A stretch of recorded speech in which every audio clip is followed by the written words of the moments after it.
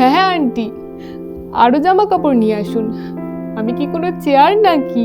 আমি তো জামা কাপড়ের দোকান। সালো, আমার কপাল তো সেদিনই খারাপ হয়ে গিয়েছিল যেদিন দোকান থেকে আমাকে এ বাড়িতে নিয়ে আসা হয়েছিল। ভেবেছিলাম অতিথিদের আমার ওপর বসানো হবে, সম্মান করা হবে আমাকে, বাকি চেয়ারদের মতো আমাকেও রাখা হবে গেস্ট রুমে, কিন্তু না, সেটা আমার সাথে আর হলো না। যে যেমন ভাবে পারছে আমাকে ব্যবহার করছে। কেউ কেউ আমার উপর জামা কাপড় চাপিয়ে দেয়, তো কেউ কেউ ভারী ভারী মালপত্র, আর কেউ কেউ তো ভেজা জামা কাপড় আমার উপর রেখে সারা রাত পাহাড় তলায় দাঁড় করিয়ে দেয়।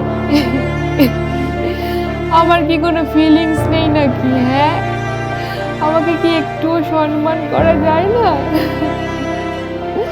ঠিক আছে, কোনো ব্যাপার না। পরের জন্মে যখন আম্বানির ঘরে জন্ম নেব, তখন তোমাদের দেখিয়ে দেবো কালো মিডল ক্লাস।